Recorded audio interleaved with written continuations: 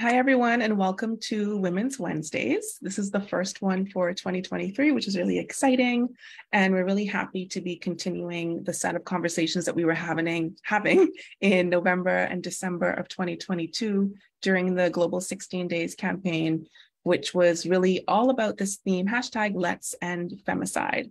And today we are going to be talking with Chantal, who's here with us and will introduce herself in a little bit, about femicide and what it looks like in Latin America, so we can get a sense of how different or how similar the situation is between Latin America and the Caribbean, get a sense of what reporting looks like and what it should look like, and see if we can get some tips and some ideas about what we can do to ensure that we have better reporting on femicide. We're having real substantive conversations about it and how we can end gender-based violence and how we can get more involved as community members, as citizens, and as journalists, even if we are independent journalists, even if we're engaged in citizen journalism.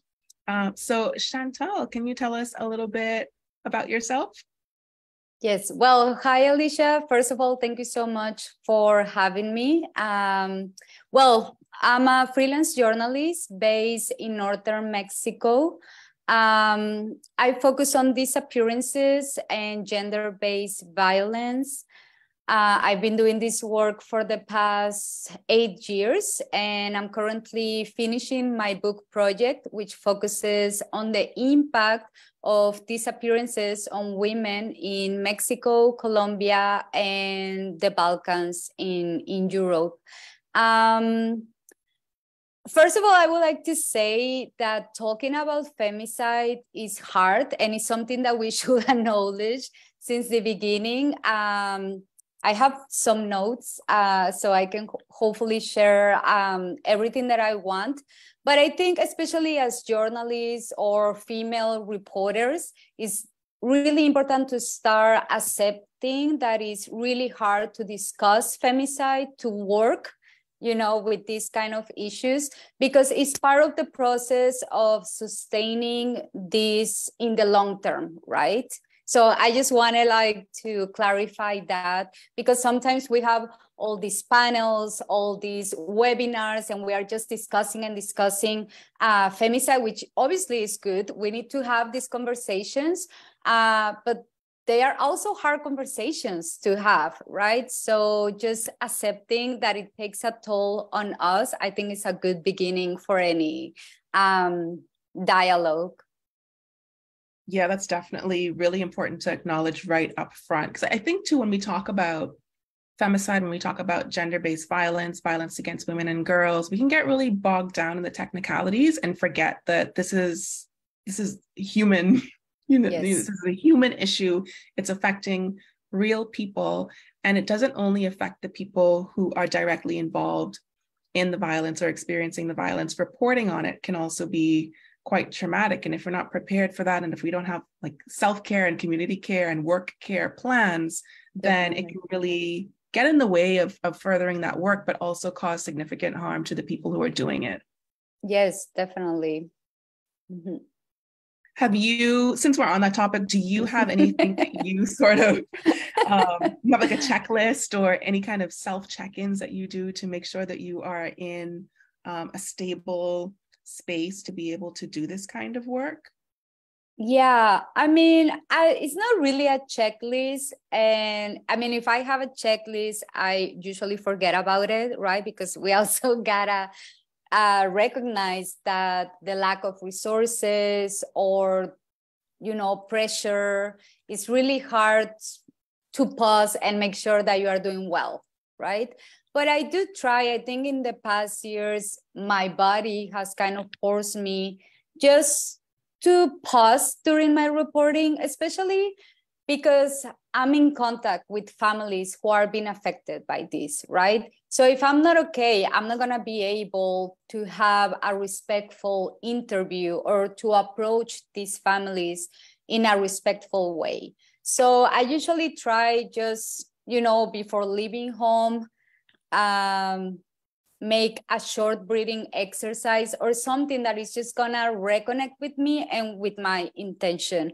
It may sound a little bit hippie, but we do have to have in mind what's the purpose of the work that we are doing. Like, why do I want to publish this story, right? Or why do I want to continue doing this work?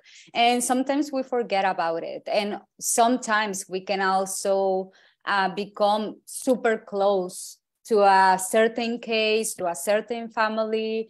So yeah, usually I think pause is something that I can afford to do as a freelancer. I know many colleagues, for instance, who are working for the daily newspaper, it's hard for them to stop, right?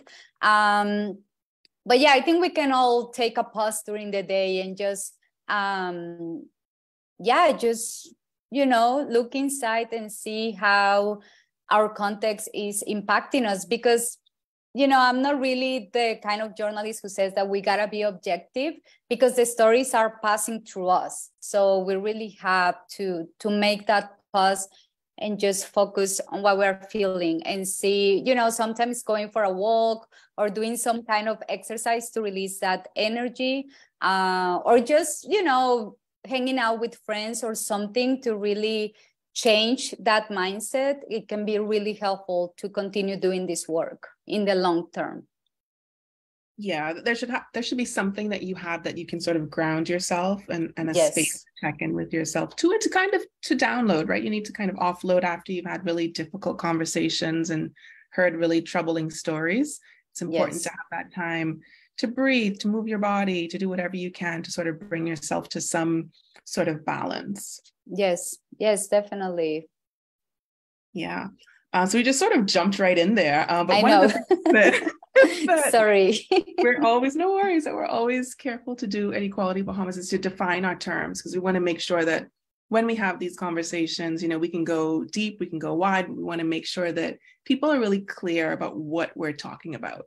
So we want to start off with this word femicide. And, we've been defining it for a really long time. We've been working on this issue for a couple of years and really intensely during the 16 days period. But Chantal, can you tell us, like, when you do a lot of work in femicide, how do you define it? Well, I guess, femicide is the killing of a woman because of their gender, right? I think that's the general definition. I do believe that it has certain, that is different, right? In each context is related to the geography, to social class. And I think those angles are something, well, at least myself is still exploring, right? How to better understand the term. But I also see femicide, or at least based on my reporting here in Mexico, especially in northern Mexico, how it has become a political tool, right? Just the fact of being able to call the killing of a woman femicide, it just gives another context, right? And another value to the people around the victim or the survivor, to do some action, right? To do something, to denounce, to bring visibility. Obviously, I think right now I should confess that I'm kind of in the middle of a crisis after so many years of reporting on this, that the question is about prevention, right? How can we move towards prevention? Because obviously now we have femicide part of the penal code in Mexico. Like, there in the past 20-30 years, there have been so many advancements in Mexico because of the use of this term. But the femicides are not stopping, right? They are increasing. I live in a country where 11 women are killed every day. So I think I see it. I think right now, I think it's a really powerful tool. But I also think that we are not doing enough with it, right? I mean, it was a huge step to start naming the murders of women femicide, but what's next? Yeah. And I think people can sometimes underestimate the power of language, of Yes. having a word, of having a term that you can use to describe something that is kind of like something else, but specific. Yes. You know, like it's different, it's unique, it's particular in a certain way, and giving it a name can make it, I don't want to say make it real, but make it easier for people to understand that this is a particular phenomena that we're talking about, that this is not just homicides or murders or killings, right? And it's not that someone was killed and it happened to be a woman today. This is happening because the person was a woman, you know, and we can break that down into all sorts of different circumstances, but having that language is really important. But what the question that you raise is a really important one for us to think about, particularly in the Bahamas, where we don't really use the word femicide. It's not being used at the government level. It's not being used within institutions like law enforcement or the courts. It's not being used in the media. You know, it's just, you know, we as an NGO have been using it, and we have been calling for its use and for the killings of women and girls because of their sex or gender to be called femicide, to enable us to count it and see what's happening. But that is tied to your question, what do we do next? You know, for us to be able to take an action, we have to understand what's happening. We need to know what the risk factors are so that we actually can get ahead of it. But in really real terms, you know, what is next? After we have the numbers, I mean, you have a number in Mexico, you said 11 women every day. Every day, yeah. And I mean, I don't think that's the official number, right? And we know how official numbers work, because obviously so many femicides are underreported, or they are not considered femicides, right? They are just the killing of women. But I think, like, for instance, in the case of the Bahamas, you need to start, I mean, it's great the work that you are doing, because I think one of the things that have changed here in Mexico is that we no longer see them as isolated events, right? When you start naming them, femicide is a phenomenon, it's a social issue, it's with structural roots that we need to address, right?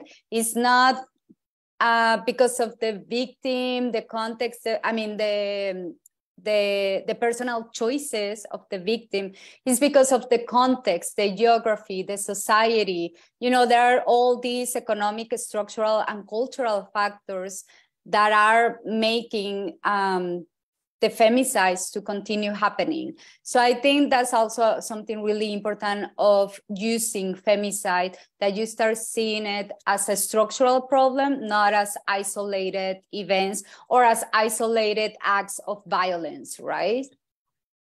Yeah. And do you have a bit of a historical context for how this term got to be used in Mexico and across Latin America more broadly, how the term became accepted and widely used and understood?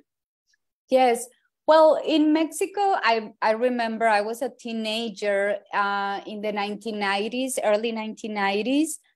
We started hearing, I remember this because I was like 14, 15 years old, or no, I was younger. I don't know.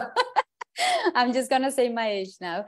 Anyway, it was mid-90s. And for me, it was really shocking to start hearing about the killings of women in Ciudad Juárez, which is across El Paso, Texas, right? So it started, I think, 1990 or something until, I mean, they are still happening.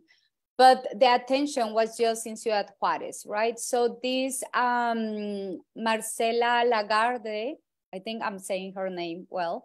I have it around here. Yeah, Marcela Lagarde, she's a Mexican anthropologist, and she translated from English the term femicide into feminicidio.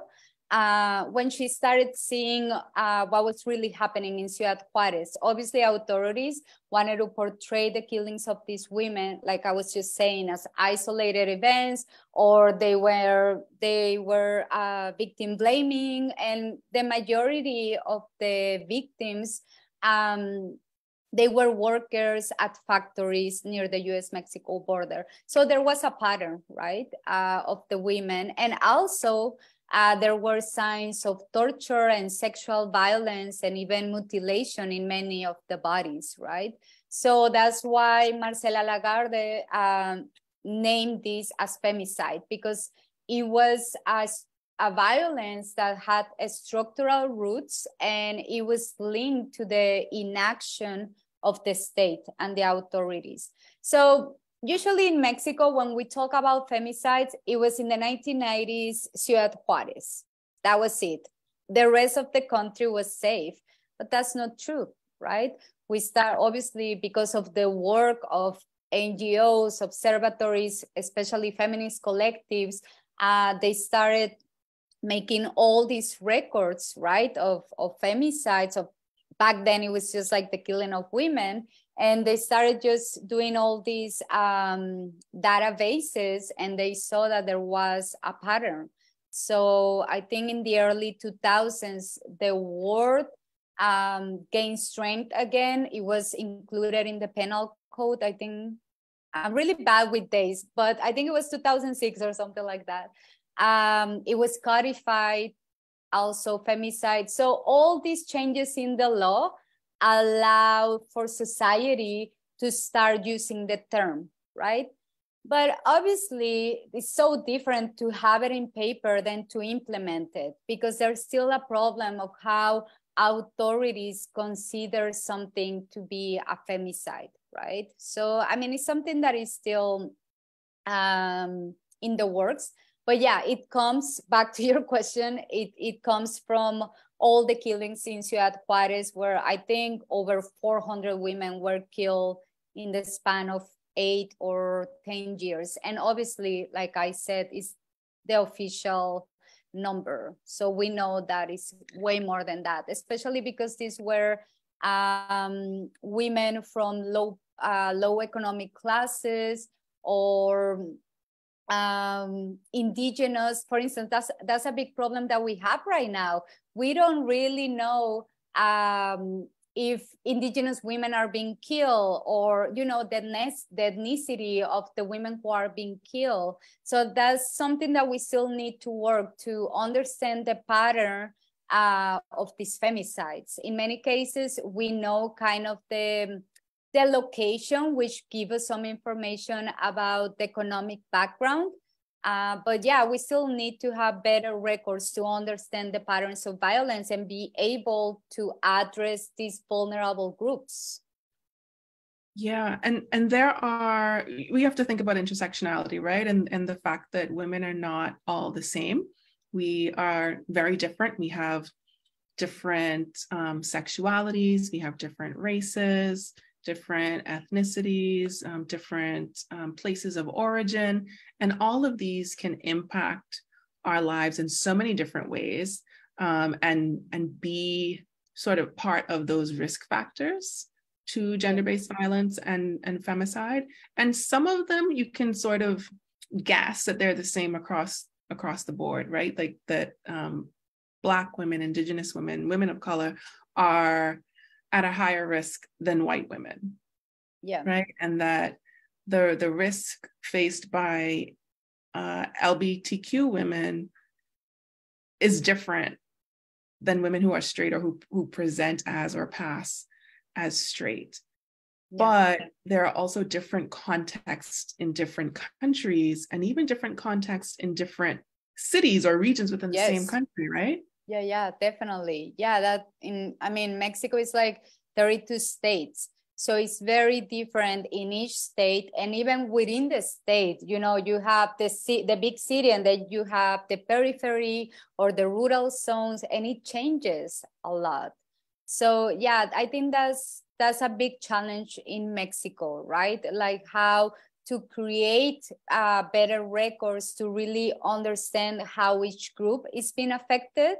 Because also they are more vulnerable. Certain groups are more vulnerable, to being killed, but also to get or not get coverage of their deaths, right? Because usually we have a viral femicide or this disappearance case, because in Mexico we have so many girls and women disappearing, right? Which in English is like missing girls and women, but in Spanish is desaparecidas. Like we don't know where they are, what happened to them. And disappearances are usually closely linked to femicides, right?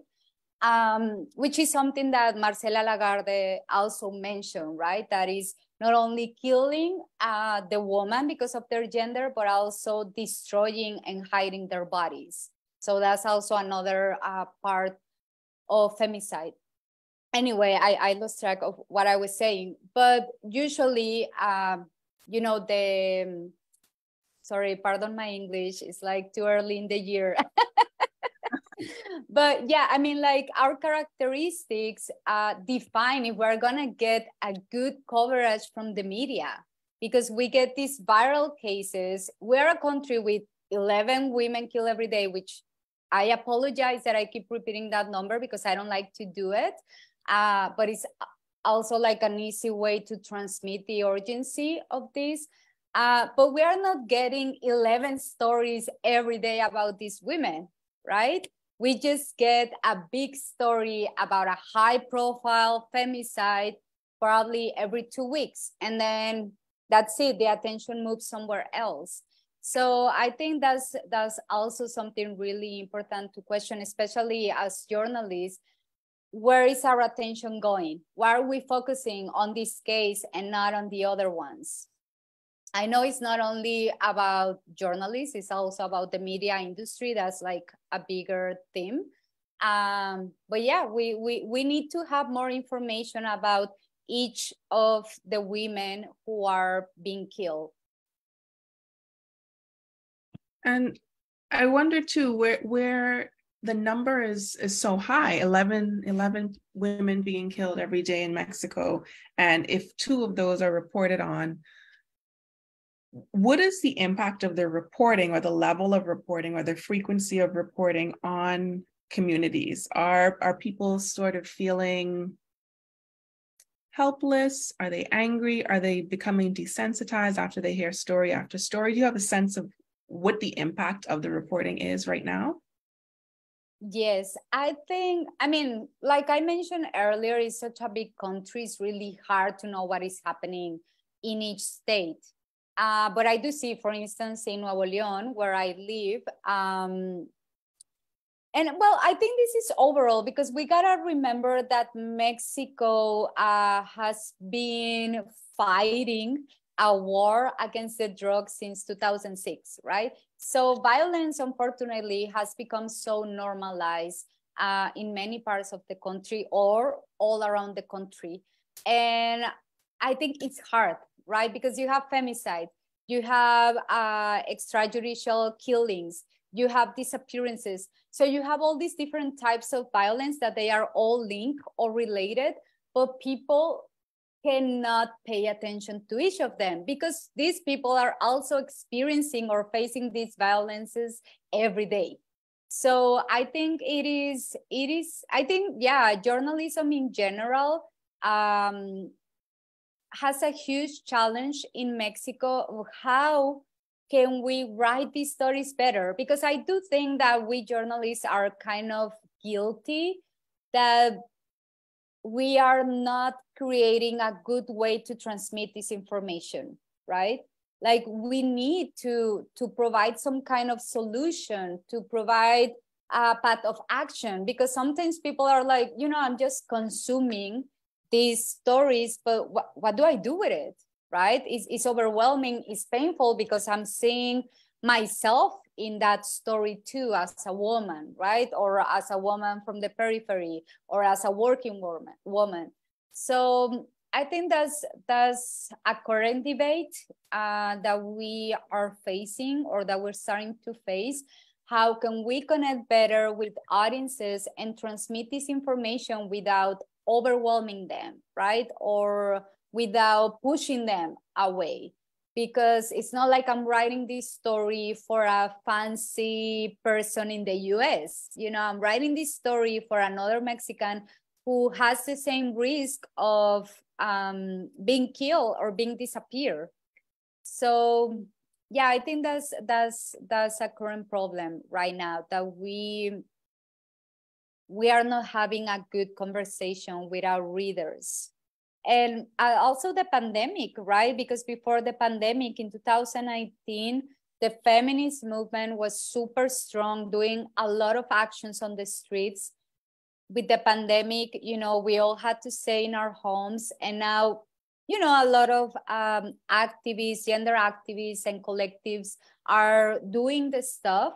But also we are seeing this speech from the far right, from, anti-trans groups, online and offline. So it's also hard to go against that speech or that narrative of hate that is almost not only in Mexico, right? It's everywhere around the world. So I think the attention is going towards other issues, and we are losing sight of the important things that are happening in our countries and in our communities, especially. Yeah, I think our attention is really being divided. It feels like you have to pay attention to so many different, all important things. So we're not able to focus on just one thing at a time. And it means that, we might care about something very deeply at 9 a.m. and by 11 a.m. there's breaking news and we're focused on something else and we've sort of forgotten the thing that happened at 9. But to your earlier point, I think it's really important that we present, if not solutions, and ways for people to become engaged. Because when you read these kinds of stories, I think people freeze. They feel like there's nothing they can do. They want to know what to do. We have this sort of attitude towards each other sometimes that, oh, everyone's so apathetic. No one cares. No one wants to do anything. But so many people are busy working more than one job, taking care of households. They don't have the time to figure out what to do. But if you can tell them, here are 3 actions you can take. Maybe they can do one of them because you've done the sort of mental labor of figuring out what some of those actions might be. We are now joined by Nadeen Spence from Jamaica. We're really excited to have you here with us, Nadeen. I know you're here for a short time between engagements, but I'm going to welcome you now to say a little bit about yourself so that we understand who you are and everyone can know that we're in the presence of greatness. So kind. I don't know about the greatness part though, but I'm Nadeen Spence. I work at the University of the West Indies, Mona. This is where I am right now. Never mind my fancy colors behind me. And I do. I'm somewhat of an advocate, activist on, I would say women's rights, children's rights, and I am more often than not keyed into a conversation on just women's leadership, and also around, I tend to be called on in Jamaica to make comments up when when there is violence against women. And I think people want the feminists to beat up on. They usually call me to say, what do you think about this woman who was so-and-so happened? Do you think she doesn't deserve it? And I am supposed to say, no, she didn't deserve it. And then the conversation goes on to, well, she deserves it. You know what I mean? That's how I interpret it anyway. So, yeah, that's who I am. Yeah, that's not a fun spot to be in when you're sort of being used for headlines, right? For sensationalism and sort of fueling the back and forth between people who are feminists and not feminists and believe in women's rights and don't believe in women's rights.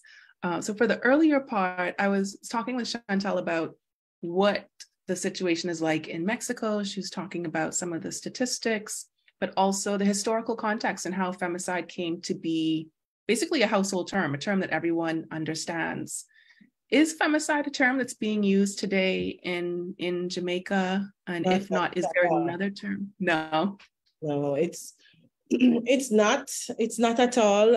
I don't think there's no legal, there's no, that term is not in our legislation at all. Violence against women and killing of women is homicide. And I'll tell you a story before I leave quickly. In more often than not, violence against women is being regarded as unintentional killing of women, or women getting themselves killed, or provocation, manslaughter. So it's seen in most cases as a drop down from homicide.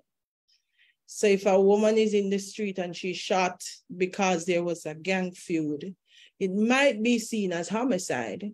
But if a woman is killed by her partner, usually in Jamaica, the question is asked, what did she do? Did she steal his money? Did she cheat on him? Did she, questions are asked. Did he send her to school and then she tried to leave him? So that recognition that femicide brings to violence against women and killings of women, if in Jamaica it is used the opposite, in the opposite way, it essentially says that because women tend to be engaged in these relationships where they are dependent on men, when they are killed, it's usually because they deserve it. Because if you're in a relationship where you're dependent on a man financially, and he sent you to school, and then you attempt to end the relationship, then that is provocation. If you're in a relationship with a man and he paid your credit card bill, or he gave you a credit card and he put you in a home, he put you in an apartment, he bought you clothes, and you cheated on him and he killed you, then that is justifiable murder. So in Jamaica, that is not seen as really, it's seen as something that one could understand. I could understand, generally people would say, I could understand why that man would kill that woman. She provoked him to it. It's not just women though, like for example, and this is something that was borne out in Jamaica. Just last year, a man, a man and a woman work in a supermarket. He's married. She is somebody who he supervises. I don't know how true it is, but his justification for killing her was that he took care of her. She was in a lot of debt. He paid off her bills. He put her in a house, and she was kissing another man. He has told her in the past not to kiss this man or hug this man. She went ahead and she did so in front of him. So he took out his gun and shot her. And the court accepted that he should be given a lesser sentence because of the circumstances, and it amounted to provocation. Happens as well in relationships with men, in homosexual relationships, in gay relationships, where men can kill another man and say, he tried to have sex with me, or he asked me for sex, or he approached me for sex, and because of that, I needed to kill him. I killed him, and then it might move from a murder to a manslaughter. So we are at the far end of femicides in my mind. I don't think we are contemplating that at all. And so there is no conversation about moving to understanding what femicide is and then imposing that meaning on our laws and on our legal jurisdiction. Or even in the conversations that are happening within society, right? Within the public discourse. No, there's a lot of, if I'm fair, there's a lot of male backlash. So a lot of what happens in terms of counting the numbers from organizations like the ILO is like a pronouncement that Jamaica has more women managers than any other country in the world. And then people see that as, why are women complaining? Women in Jamaica are liberated and are okay. So what more do they want us to do? So then it feels nowadays when you talk about women, any special situation needing to be established for women in Jamaica, people immediately say, so what about men? Why are we doing things special for women? What will happen to the men? And so immediately you have organizations pulling back if they are going to be coming up with special programs or interventions for women. Like, for example, the program that I have called I'm Glad I'm a Girl, people will come up to me and ask me, so who is looking after the boys?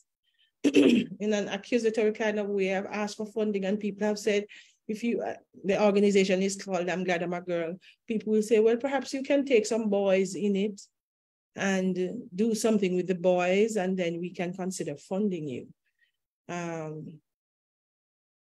Yeah, so the public conversation is very much, I say, anti-woman.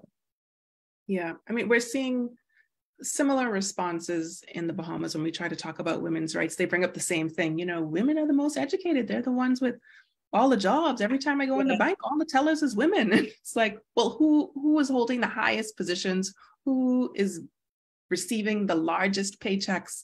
Come on, let's get real. And even for the women who might be earning high income, did you know that financial abuse exists and is happening, and that so many of those dollars are still being controlled by someone else who is not that woman? But the victim blaming is just all around. I think throughout the region, that is just, it's a plague. And there are so many layers to it, because it's not just women are always wrong, but these particular things, well, she didn't do this and she didn't do that. And it seems to also be rooted in this idea of relationships being transactional. Yes. That women are being purchased, you know, we're being rented or leased. Yeah. And so we have to provide a return on the investment that a man has made in us. Yeah. How do we combat that? For right now, to be honest, I'm stumped. I don't know, because I would think that part of the advocacy is that when injustice is pointed out, people would say, oh, you know, and engage you in a conversation from a space of, yeah, that's wrong. But people are now telling you that they're right. People are telling you that the injustice is right. People are telling you that you should keep quiet and stop talking. And I never expected it to look like that. So I think now, if you ask me why are feminist organizations going underground, I think it's because of that. I think it's a backlash. I think women are afraid. I have gotten to moments when I know a lot of the times I silence myself because I can't deal with the hostility. I can't deal with being in the paper. Spence says something unpopular, and then the next day you're driving in the car, you hear your name on the radio and people calling to cuss you off or writing letters to the editor to say all kinds of things about you. I mean, I'm not interested in being that martyr right now. Perhaps there was a time in my life when I didn't mind it, but right now I feel as if the nation ought to suffer for its foolishness, and that we shouldn't have martyrs anymore because people know better. You know, I think I'm just hesitant to be a martyr for the cause right now, because I'm like, the people who I'm talking to, they know better. They refuse to acknowledge that what they're doing is wrong. And there's a cost that we will all pay. So I'm waiting for the cost. Yeah, I think a lot of people are in that position of just exhaustion and not being willing to sacrifice to that extent, or people have planned their lives around movement building and around this work for decades and decades, and at some point get to the point where it's like, no, I need to take my life back now and take care of myself. And we've sort of come full circle from what Chantal started off with at the beginning, saying, as a journalist, talking to people and hearing these stories and interviewing people, you have to be thinking about yourself, your mental capacity, your physical capacity, because the body takes on so much, and take care of yourself throughout that process, and also after, and being able to breathe and move your body and download in some way.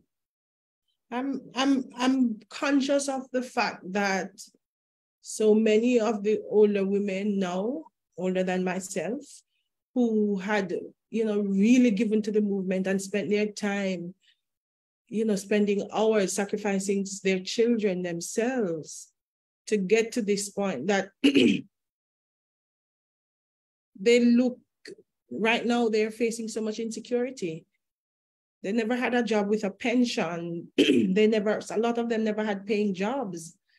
And, some of them gave their life to the movement, and they can't retire, because they are now ending up broke and still having to find consultancies to keep on going. And I look at them and I'm like, it's such a shame, that the movement never took care of them. They sacrificed themselves for it, and are ending up in their older years, not being able to kind of like pull themselves back from it with dignity.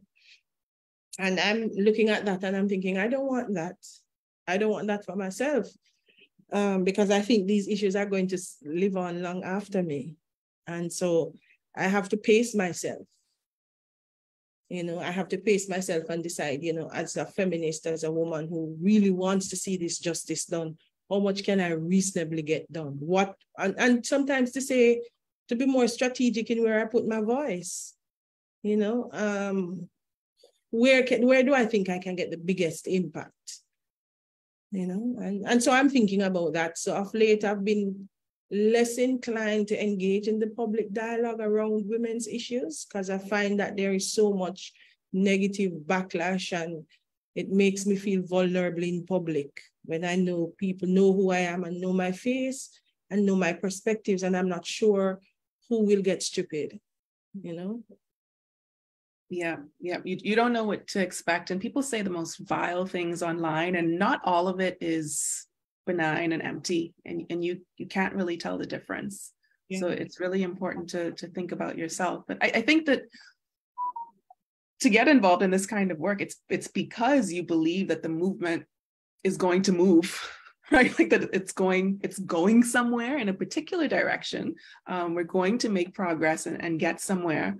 And I think by the time you realize that it's not moving at the pace that you expected, or that your driving, isn't as fast as you thought it would be, or as impactful as it would be for the whole machine, you're already so deep in it. Yeah, that's true. But I think that's why you need a movement. You don't need a couple women working on separate issues. You need a movement that is able to have the intergenerational kinds of movements, so as older women advance and you have a younger set of women, different groups of younger women coming in, and that the movement has to have a brain for its own sustainability. So while some women are out on the front line doing one kind of fight, some women should be inside planning for the sustainability of the movement, planning for the women who are on the front line, and just doing different things. So it can't be just one woman out there talking the talk. It has to be you literally need sisterhood. One of the things I'm big on is sisterhood. You need sisters. You need other women beside you. You need a mass of women. So I think one of the things we need to do at this point is take the break and go find other women to talk to and to talk to them about what movement building is, and to develop a philosophy of movement building, and to teach younger generations of women about the value of sisterhood and movement building, and to teach them sustainable models to whatever society we live in. What is the methodology that has worked? And then to really build an impenetrable movement. That's the only resistance to patriarchy, sisterhood. That's the only way women can withstand it. And I'm going to switch off here. I'm late. So I try and join on my phone, but I have to run. I'm sorry. I would have loved to continue. Thank you so much for joining. Bye-bye. Hopefully we'll see you again. Okay. Thank you. Bye, Chantal. Bye. Movements. Yeah, it was great what she just said. I was like writing down everything because it's true. And what you just said, like, is activists, independent NGOs, journalists, independent journalists, we are getting exhausted. And Nadeen is right. We need a stronger movement. The movement needs a brain. And it's also hard that I think that's what I said earlier when I think the Mexican feminist movement is going backwards, is because I think they have been, I mean, I don't consider myself part of the feminist movement. I just document the movement, right? But I've seen them kind of what Nadeen just said, to choose, more strategically where to talk. They are not participating that much in certain online forums because of what is happening online and also offline. I mean, it's not depressing to talk about it. I think it's a transition, but we need to talk about it. And what's the best way to continue and sustain the movement, right? I don't know if it makes sense. Yeah, I mean, no one can do this. No one can do this 24/7 for their entire lives. And yes, frankly, the bulk of this work is unpaid work. That's the other thing. Yeah, I mean, that's the main thing, that there are no funds to do this kind of work. Yeah. So the people who engage in this work are doing it and not having a job and having to sort of scrap, right? Yeah. Or doing it and having a job and exhausting themselves with basically 2 full-time jobs, if not more than that, because so many of us can't even live on 1 full-time job. We need greater income because of the way that things are going. So I think that it really is important for us to be able to take this step back and think about what a movement is, and that it's not 1 person, it's not 1 organization, it's not 5 people and 2 organizations. But, in some of our countries, we're kind of stuck because there aren't enough people who are doing this work. Can we still call it a movement? Yeah. If it's such a small group of people with so many constraints in terms of resources. And if it is a movement, how do we think about the different ways that we participate in it? What are the different gears in this machine? What are the different operators, and how do we fill different roles? Because a movement isn't just a bunch of people screaming into a void. Yeah, no, those are really important questions. Oh, now you just gave me a whole bunch of information. Yeah, I mean, Nadeen really got us going. Yeah. Thinking and then she was sustainability. Yeah, and she was like, okay, bye. Yeah, have fun with that, y'all. Yeah. But that's really, something to think about, because I think that's happening almost in every part of Latin America. And it's obviously, for me, really interesting to see that the Caribbean is also going through this questioning, right? Regardless of the size of each movement. Yeah, and I think we've seen in the 80s and 90s that there were some big wins by the women's rights movement, particularly from the so-called global South, pushing for, again, language, right? It was their work, it was their constant efforts and traveling all over the world to different meetings to push for terms like violence against women, as simple as it sounds now, as common as it is now, to be used at all, because that was not a term decades and decades ago. That took work to get there, the same way that the use of femicide took work in Mexico and throughout Latin America, and it's going to take work to get it to catch on and in full use and complete understanding in the Caribbean and any other part of the world. Those were big wins then.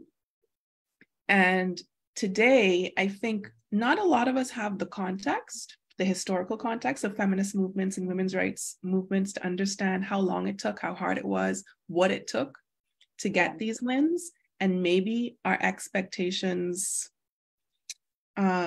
need some adjusting. Yeah, definitely. In terms of what should be happening and what we need to put in to get it to happen. I don't think we need the same length of time that was needed then, because we have additional tools like social media, we have virtual meetings, so we don't really need quite as much money to travel all over the place and chase down all of these global convenings, but it's something to think about. Yeah, definitely. And I think a key word that Nadeen just said, intergenerational, right? I think that's also something that we gotta be more aware of, right? Not only where this movement is coming from, but where it's going. And we need all these generations to continue working together. And sometimes it's hard to sustain that connection between generations in certain areas, right? Yeah. And then we were talking offline, Chantal, about different thematic areas of work and having this understanding that it's not really possible to work solely on this issue of women's rights. We do have to take up other areas. We have to look at migration and immigration and the way that migrant people are treated and the conversations that are taking place and the sort of nationalist and fascist moves that are being made, and people who are asserting themselves in certain ways. And again, the language that they're using, which is very dangerous and really incites more hate, more violence that ends up impacting women and girls. Yeah, I think that's something, well, as journalists, I think we are still lacking how to connect these different issues, right? Because they are all connected. Femicide is everywhere. It's not only in the house, right? It's happening everywhere and in different conditions, in different contexts, to different people.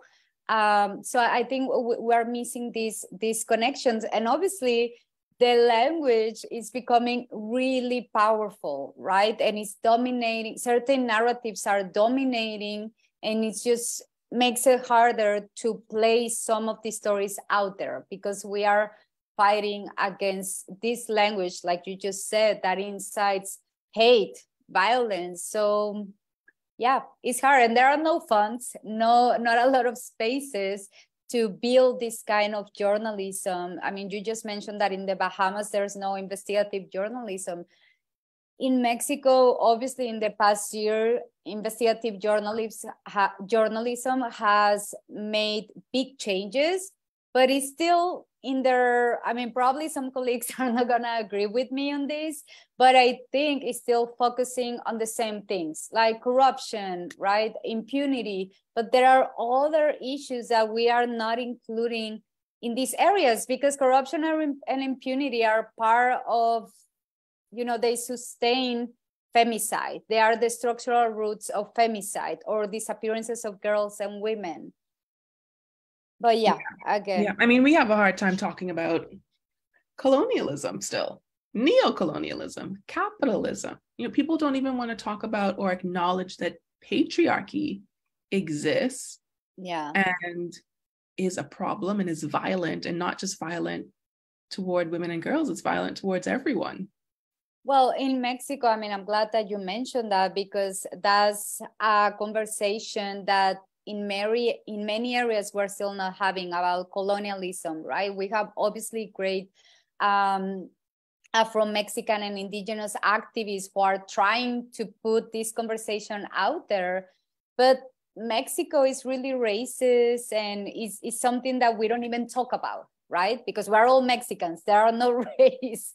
So yeah, there are so many pending conversations that we need to have in order to address the structural roots of femicide.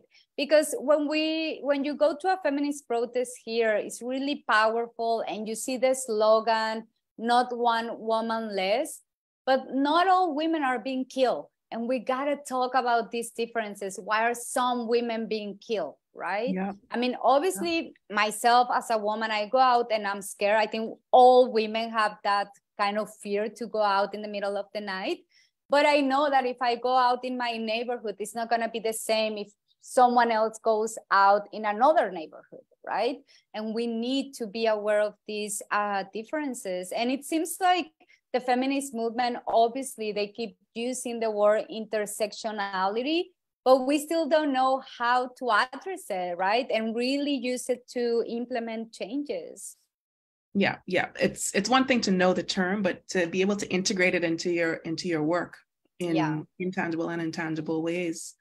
I'm curious, Chantal, about how you go about reporting on gender-based violence and femicide. Like I shared with you earlier, what the stories tend to look like here that focus on sort of including the age of perpetrators and victims or survivors, but still calling, for example, rape or statutory rape unlawful sex. And this sort of very strange language that seems to soften what's actually happened. It's like a veil. It's making the violence more palatable and easier for people to digest instead of calling it what we all know it is. And, I just keep coming back to language because it's so important and it really impacts the way that we receive information, the way we process it, and the way we respond to it. So is this something that you're thinking about in your reporting, both in terms of being true to what family members and survivors are sharing with you and considering how they will feel when they read it, but also the impact that it would have on movements, on NGOs, on individual actors? Yeah, I mean, the choice of language is always there, right? It's something that you gotta be really aware of, especially when you are writing and also when you are interviewing the families. For instance, in my case, as a freelancer, I chose to be a freelancer, which obviously is not that fancy financially, because I wanted to have the freedom to respect the timeline of my stories, right? I didn't want to feel the pressure that I needed to get the story out there. I really like to focus on the bigger picture, not just on a certain event. And I think for me, my priority is always the angle, obviously language, but also the angle, how I'm gonna tell this story.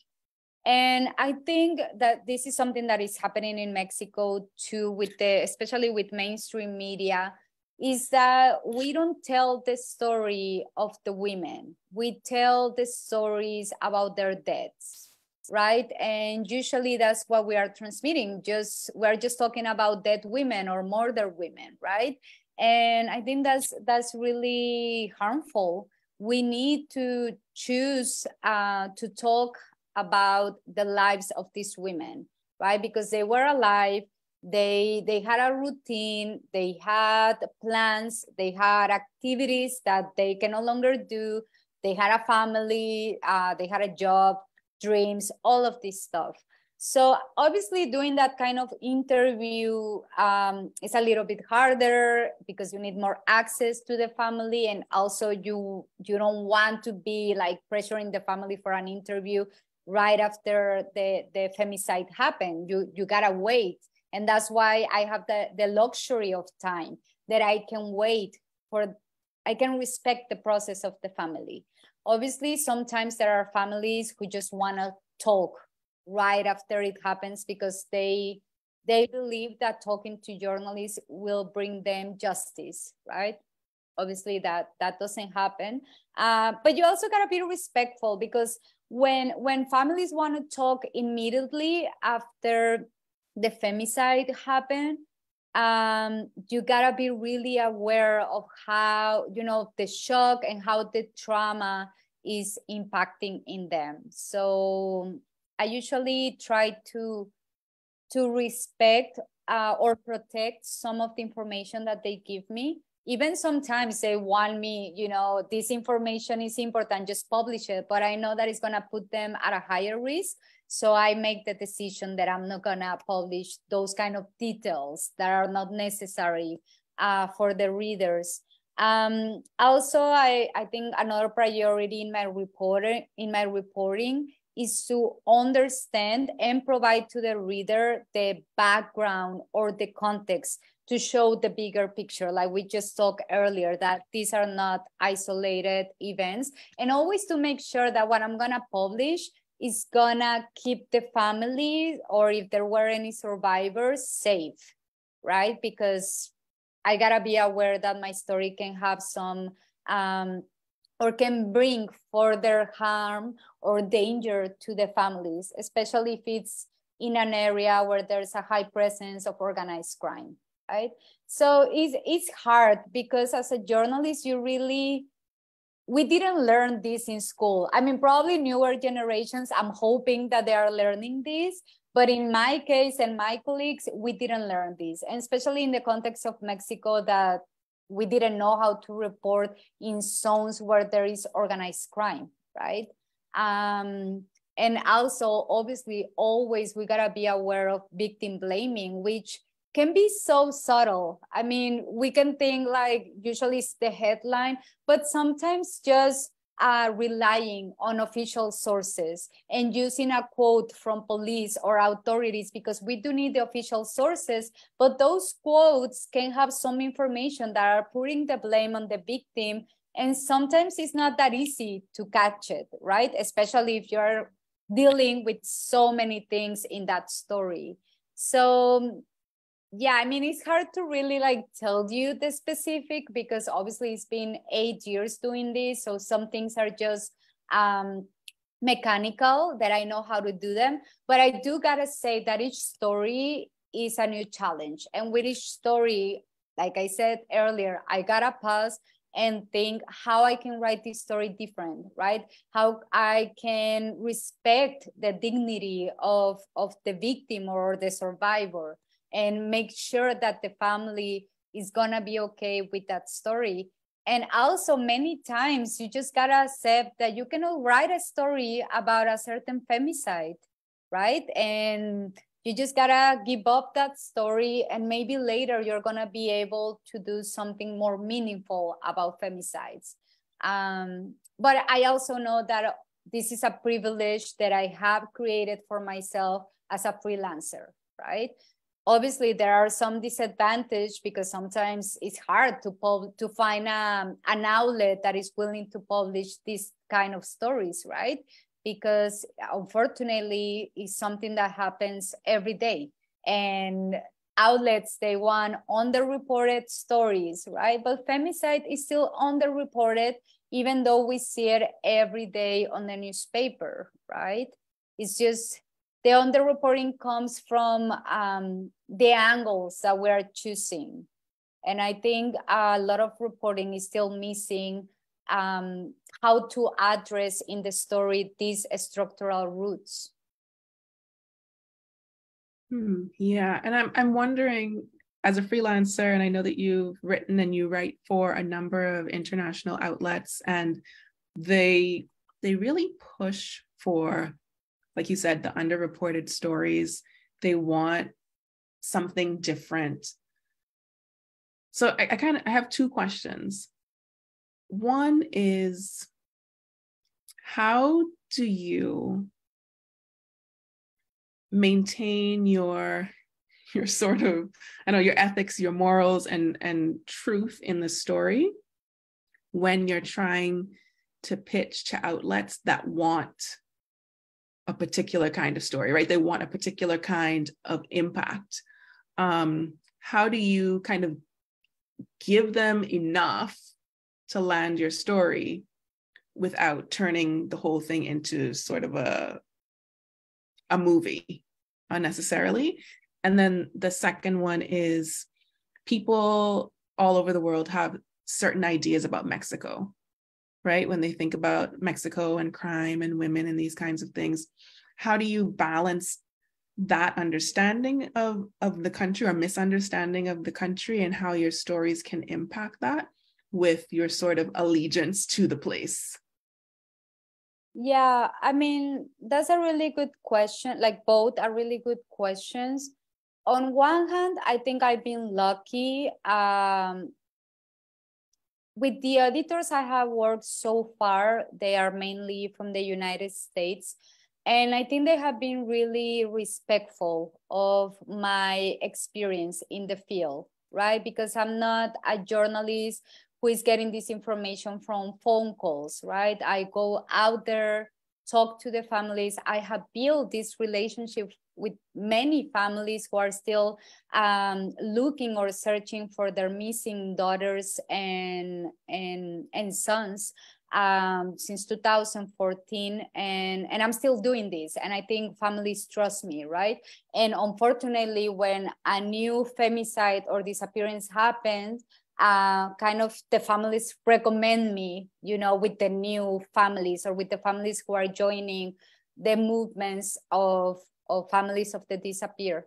So I think so far I've been lucky, but also obviously because they are American editors, sometimes they just want me to put the word narcos, right? Especially in the early years. I'm like, is it?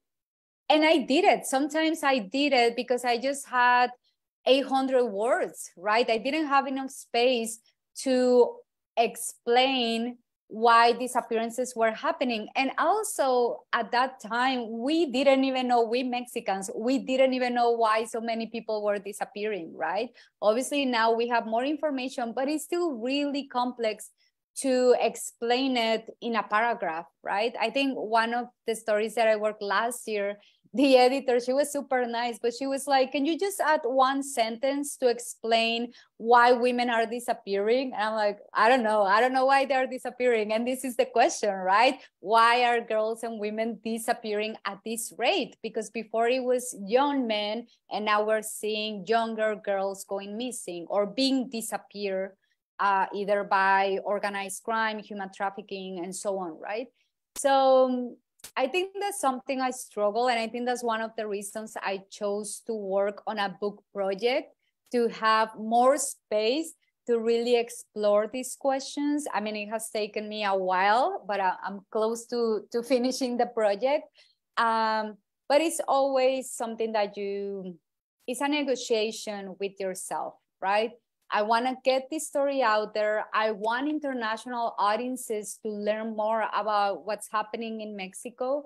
And I always try to chase something, right? To change the narrative a little bit, even though if the space or the outlet itself doesn't allow me, I try to put a little bit a detail or something that will hopefully make a click in the reader and say like, okay, this is not about the bad ones against the government. This is a little bit more complex. This is not about narcos, right?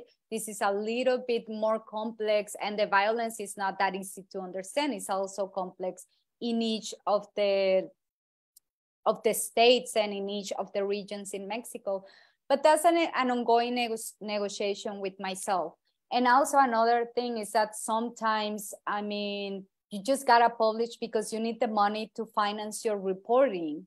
So probably it's not the in-depth story that I wanted to do, but it's gonna give me the money to do a better reporting and hopefully to write a more in-depth story. Obviously, without sacrificing like my main values, which is to be true to what the family told me and to respect their life experiences. That's kind of the things that guide my reporting. But yeah, it is an ongoing negotiation.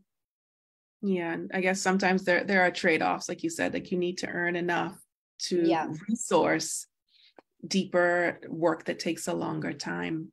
Yeah. I want to connect us back to some of what Nadeen said. And I'm wondering if you have ideas about how movements and media, like people in media, can work together, particularly on this issue of gender-based violence and femicide, and helping people to understand not just the frequency of femicide, but who it's really impacting, where it's coming from, the systems that it's rooted in, and actions that they can take that might be as simple as having a conversation at the dinner table with the people in their families and talking, interrupting, interjecting when there is verbal abuse, in their spaces. Yeah. How can movements work or better use media for this? That's a hard question. But I think, I mean, again, I'm gonna use the term language because I think movements have the responsibility to make the information and what they are seeing, right, more accessible to the media, obviously, because we're gonna reach a wider audience. And sometimes some groups, organizations that belong to these movements make it harder, right?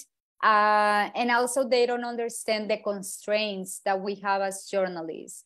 So I think in my case, you know, I have built some good relationship with women from the feminist movement, from feminist collectives throughout the years.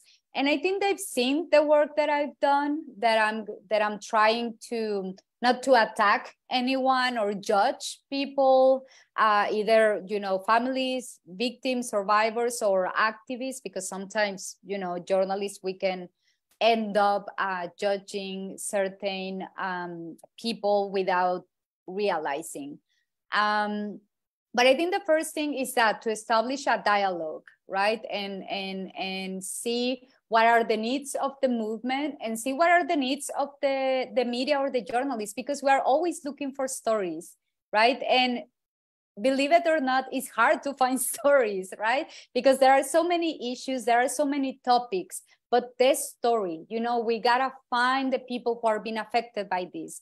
And sometimes the movements can help us to have access to those families and do it in a better way, right? Because sometimes movements are supporting families or supporting women who have suffered violence, and the movement or the members of the movement can help journalists to approach these people with a little bit more information, you know, not just like on the street or chasing them on Facebook to get an interview or whatever.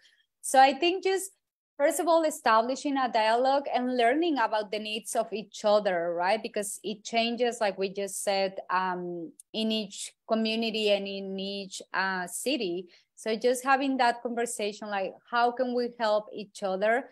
Without, obviously, journalists need to maintain certain integrity and independence from the movement, but we do need the information, or sometimes we need experts to quote, right? And usually we just go to the same sources, either male or academics who, you know, have a profile.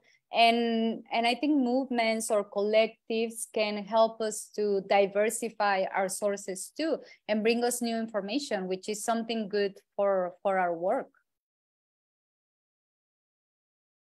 Yeah, I think looking at stories as not just a continuation of a long chain of, you know, horrible acts, but as something that is important to look at on its own, while we're connecting it to the others, but understanding that this story by itself matters, and we need to look at this and figure out why this happened so that we're able to prevent it. And then the movement and bringing that critical analysis, but bringing it in terms that people can understand.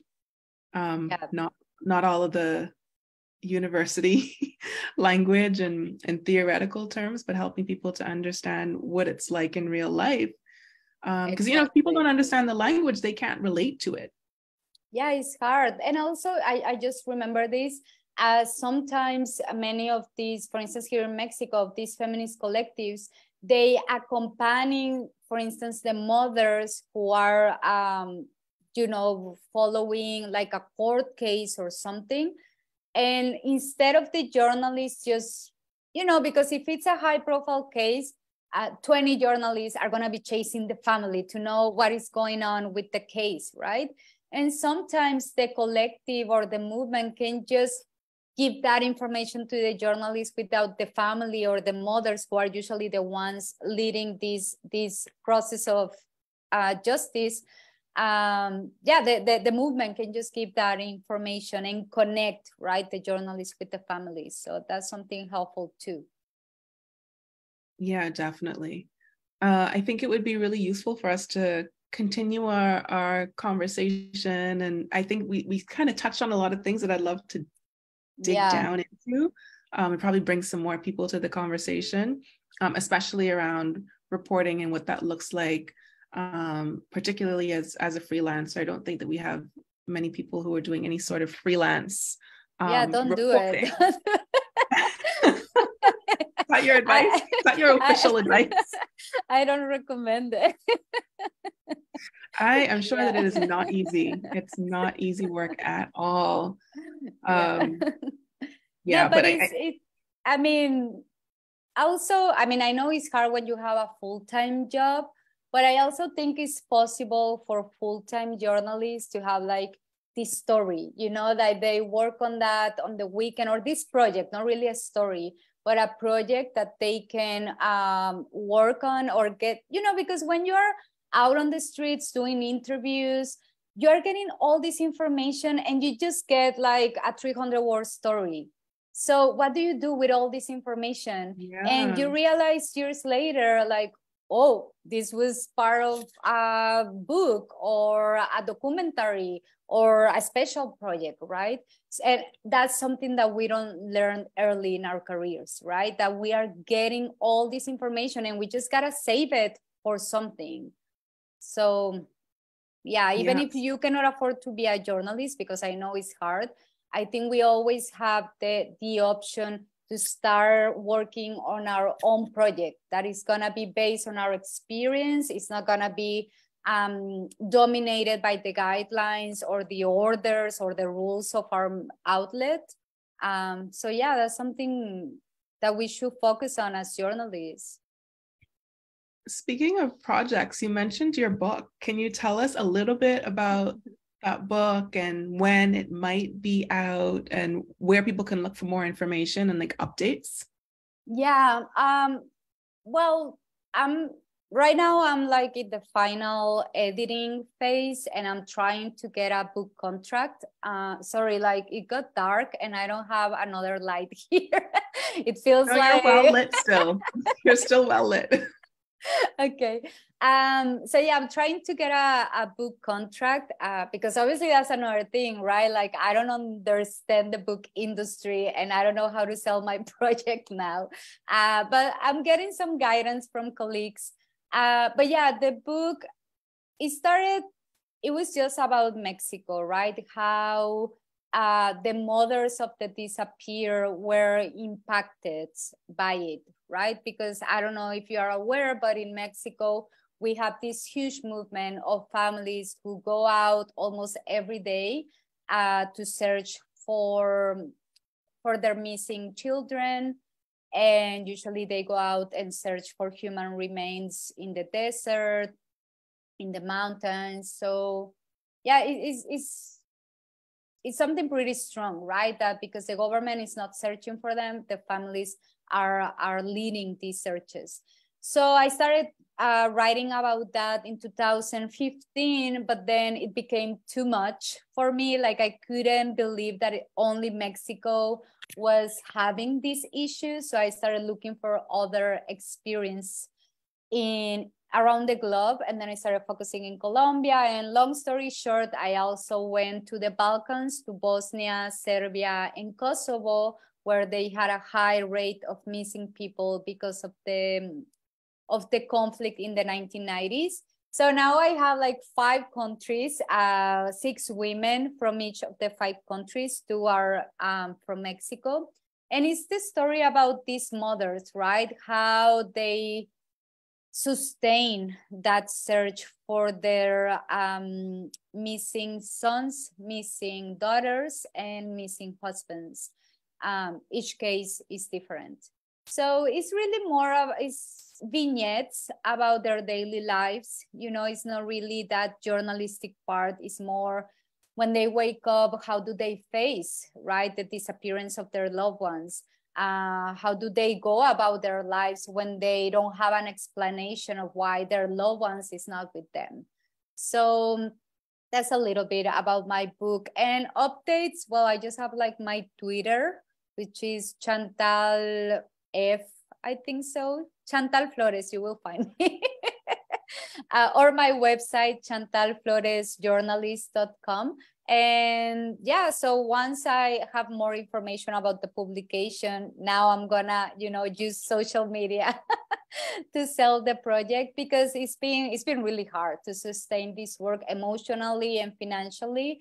But I think right now that I'm like starting to see the light at the end of the tunnel, I'm also really proud of the memories and the relationship that I was able to build with these 6 women.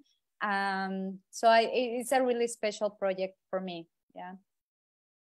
Well, I'll be definitely looking out for it. And Chantal's Twitter is at Chantal_F. So Okay. at CHANTAL. I don't even know my handle. _F.